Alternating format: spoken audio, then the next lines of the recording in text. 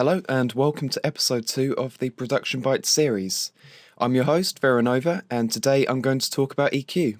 As always, I'm going to cover the basic theory of EQs before showing the practical applications.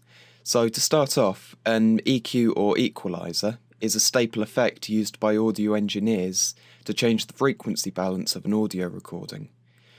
You will have come across it in basic forms on hi-fis and music players, allowing you to change the levels of bass, mids, and treble. On a professional EQ, there's a lot more controls than you'll find on a normal hi-fi EQ, which can seem a bit confusing at first, but once the concept of the controls is actually sunk in, it's a lot easier to use than compression. Today we're going to be using the Fruity Parametric EQ2. Now this has 7 EQ bands, all of which do exactly the same thing, so I can turn all but one of these off. So with EQ there are 3 basic controls that you need to know. There's the band level, the frequency, and the resonance, which is also known as the Q. The band level control determines whether the selected frequency range is being boosted, making it louder, or cut, making it quieter. The frequency control determines what the frequency which the range is centered around is, and the resonance, or Q, selects how wide the frequency range is. There are also 2 other controls you need to know. The first one is the filter type, which is at the top of the band here. The second one is the filter order, which is just below it. The filter type control selects the way the EQ band will manipulate the audio. There are 7 main filter types. There's the Bell filter type, which is this basic one here. It simply boosts a range or cuts a range. There's the high pass control, which is this one. And this cuts off all low frequencies below the selected frequency. There's also a low pass, which does the same, but it cuts off high frequencies. There's then a high shelf, which boosts all frequencies or cuts all frequencies above the selected frequency. And there's a low shelf, which again does exactly the same, but for the low frequencies. As well as this, there is a band pass, which only allows frequencies around the selected frequency through.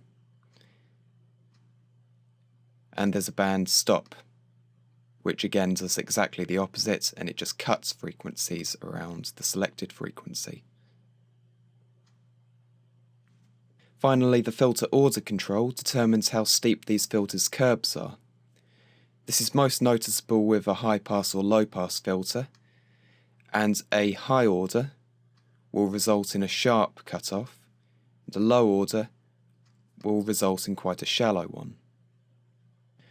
So now that the basic theory is out of the way, I can show you a practical application. Here I've got 4 stems from one of my own tracks.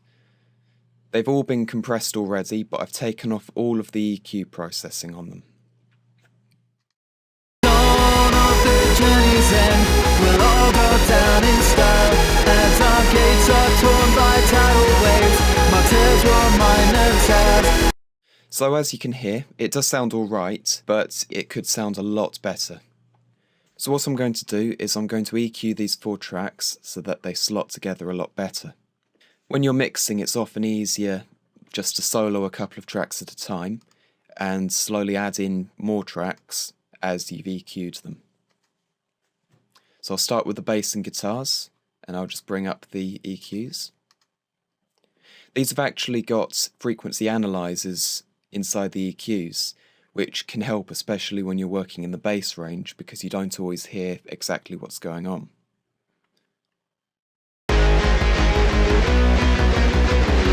So as you can see up here, there's a lot of content in the bass range, but what I really want to be in the bass range is the bass itself. Therefore, I'm going to high pass the guitars so that they don't clash with the bass and cause muddiness. So, using the filter type control, I select a high pass.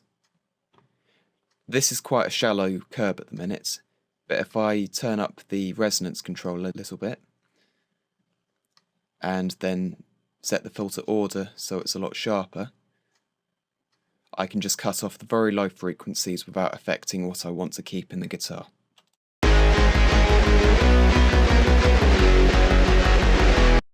Now already the bass is sounding a lot more clear. Next I'm going to add in the lead synth. Now there may not be much work to be done on this because it sits just above the guitars in the frequency range, but let's have a listen.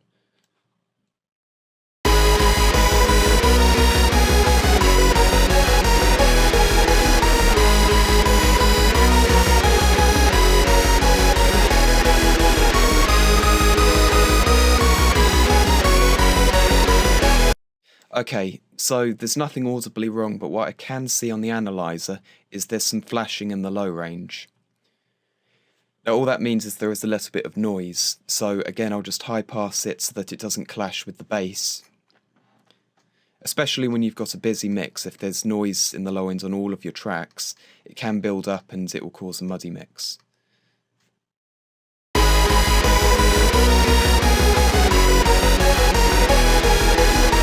Now you want to set the frequency control so that it's just sort of around the lowest note.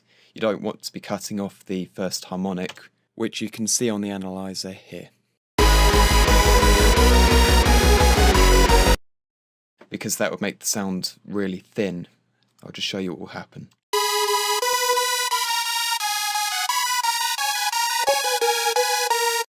So it does sound a lot better with that bottom harmonic there. Okay, so finally I'm going to add in the vocals.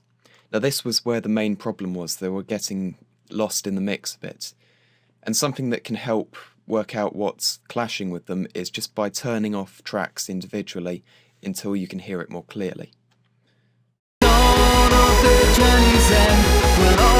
So first I'm going to try turning off the lead synth. Now this is what I think may be it.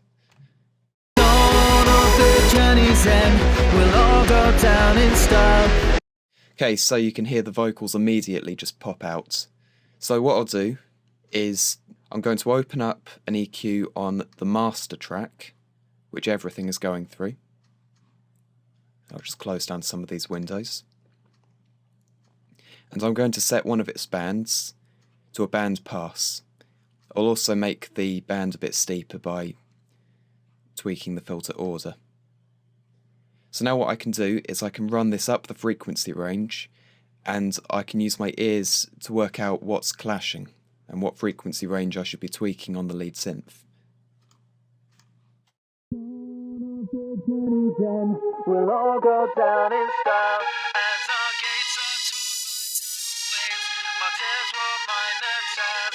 So as you can hear there, both the vocals and the lead synth are occupying that range, and it's where a lot of the clarity in the vocals is. So I'll take a note, that's about 2 kHz. I'll open up the lead synth's EQ, and I'll just set a bell EQ to 2 kHz.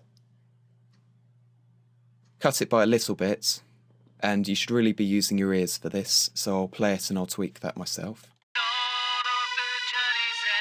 We'll all go down in style as our gates are torn by tidal waves. My tears were minor tears as Pandora's box. Okay, so let's have a listen to that all together. Dawn of the journey's end. We'll all go down in style as our gates are torn by tidal waves. And I'll turn that off and you can hear the difference. Dawn of the journey's end. We'll all go down in style as our gates are torn by tidal waves. So it is subtle, but it's just enough for the vocals to poke through and you can hear them more clearly now. So now if I play it all together again, I'll just have a listen for what else might need doing. Dawn of the journey's end. We'll all go down in style. So I think the guitars are actually clashing a bit as well with the top end.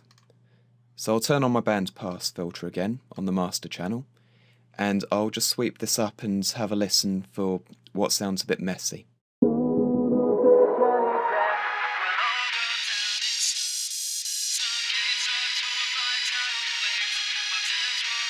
Okay, so you can hear that there's a lot of guitar just there, there's also vocals trying to get through, and there's some lead synth as well.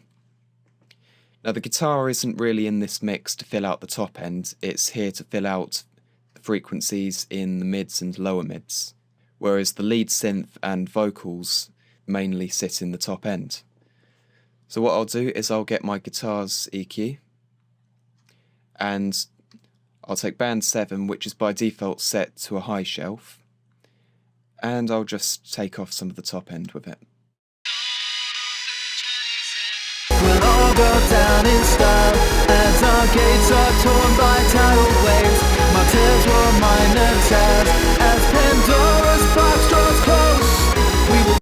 Now you can hear that immediately made everything just pop out. The guitars are now sitting where they should sit, the vocals you can really hear clearly, and the lead synth as well is coming through well without clashing with anything. So that's about it for EQ. I hope this tutorial helped. I'll put this project up for download so that you can have a play with it yourself. If you'd like to see a specific tutorial in the future, then head over to the Production Bytes Facebook page and leave a comment suggesting it. I'll also put up a link to the Journey's End, which is the track I used in this video, so you can hear the finished version. Thanks for watching, please like, comment and subscribe, and I'll see you next time on the Production Bytes. The dawn of the journey's end, we'll all go down in style as our gates are torn